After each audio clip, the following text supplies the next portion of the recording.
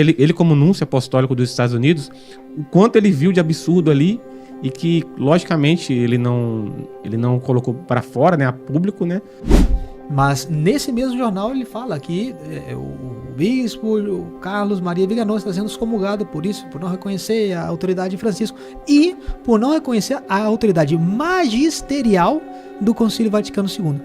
Aí onde fica aquele argumento de que o Concílio Vaticano II foi um concílio meramente pastoral. Receberam um e-mail do secretário, do Hudson Gibson. Se vocês prestam atenção na carta do Mel Gibson, ele fala que ele construiu uma igreja.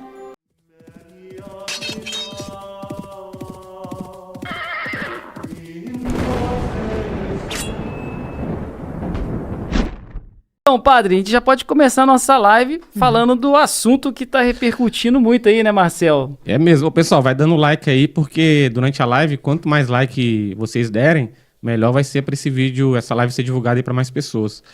Pois é, vamos começar o assunto principal, que tem repercutido bastante durante essa semana, inclusive na mídia, nos meios de comunicação. Eu vejo até mesmo que está tendo uma repercussão maior do que a excomunhão de Monsenhor Lefebvre, que está sendo a excomunhão de Monsenhor Viganò, né? Vamos comentar sobre esse assunto, que é um assunto muito importante para a gente abordar aqui hoje. Sim, pela facilidade da comunicação hoje, né? Também, obviamente, espalhou muito mais rápido a questão da excomunhão do... Hoje tem internet, né? Na época não tinha. Ah, sim, claro. Mas Monsenhor Viganò... Olha só, quando... Eu não sei se alguma vez vocês tiveram a oportunidade de escutar o sermão da consagração dos 4 bispos, quando Monsenhor Lefebvre consagrou os 4 bispos, e foi um sermão bem curto. Ele já tinha 83, né? Mais de 80 anos.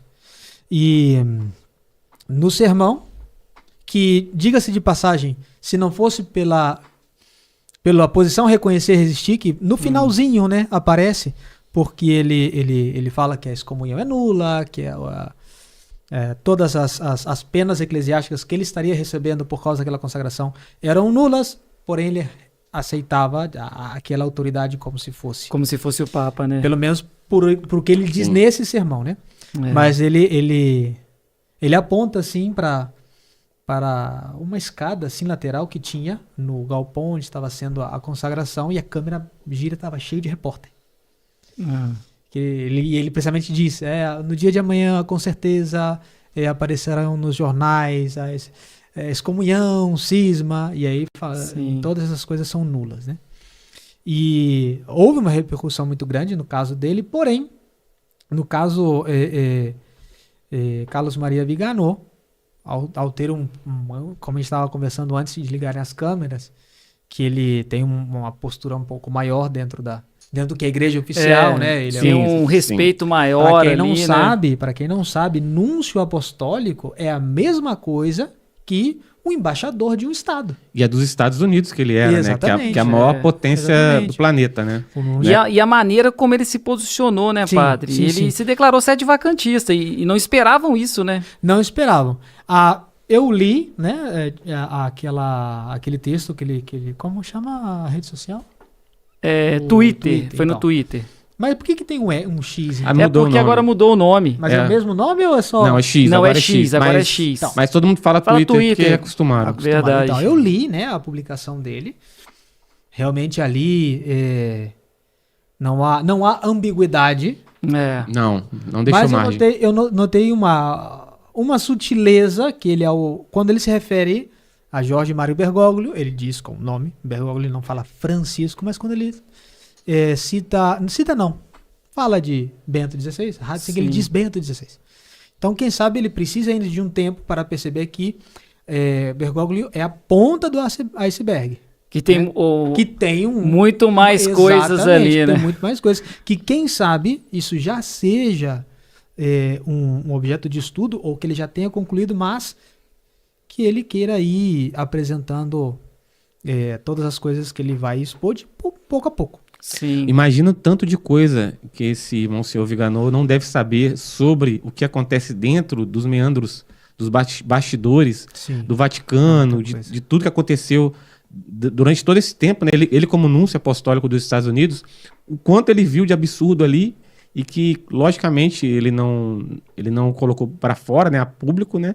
Mas eu imagino os absurdos que ele deve conhecer. Para ele ter chegado nessa posição, né, Marcelo? Exatamente. Muita coisa ele viu ali para ele chegar nesse ponto, né? E além disso, ele se tornou bispo, entre aspas, porque já foi a consagração nova, mas ele se tornou bispo em 1992.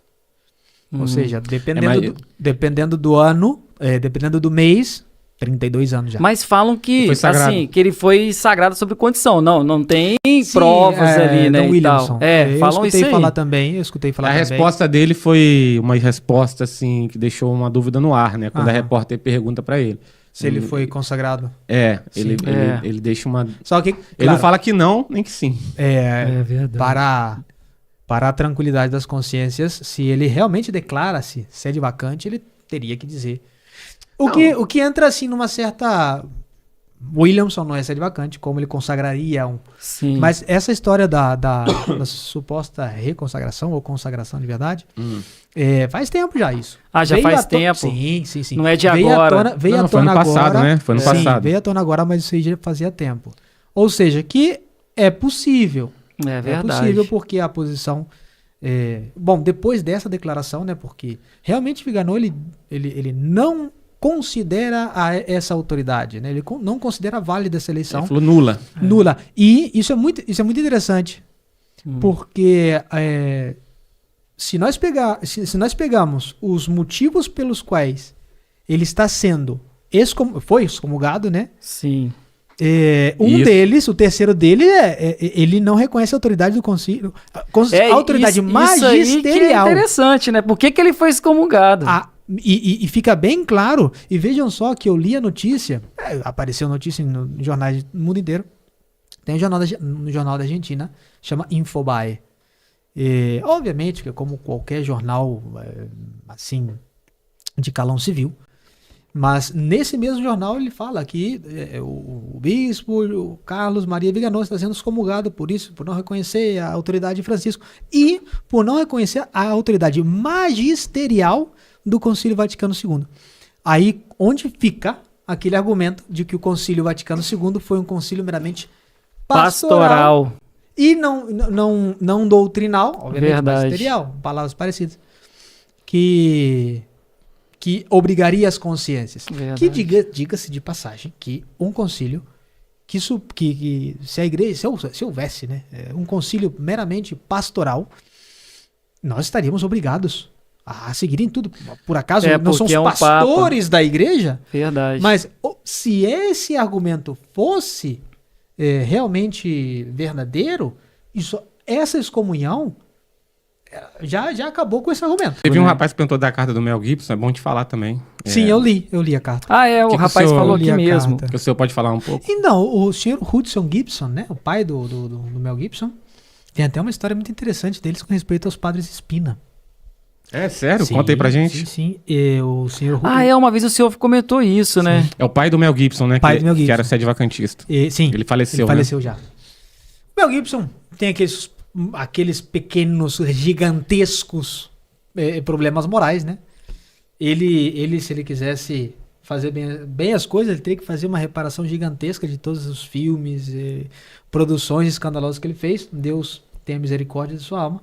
Mas quando ele parabeniza, né, a carta o pronunciamento de Viganò, mas ele assim, não diz nada novo, né? Ele simplesmente ele parabeniza. E o pai dele faz um bom tempo. Dom Espina já era padre, então foi depois de 2003. Eles receberam um e-mail do secretário, do Hudson Gibson.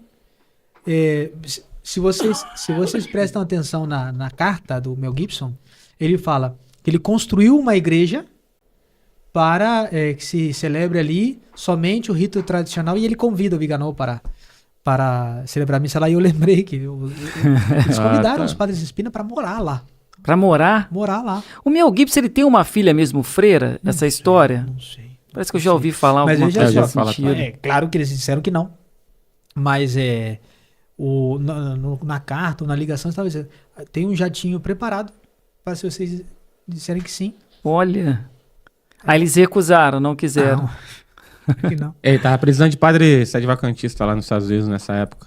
Era uma coisa meio estranha, na verdade, porque era um bairro assim meio fechado, parecia coisa meio sectária, sei lá, não sei. Mas ele já existia o Mater Dei ali? Não, né? Sim, claro. Já existia, Imagina, né? O padre Julián, ele se estabelece na nossa propriedade em 1996. Ah,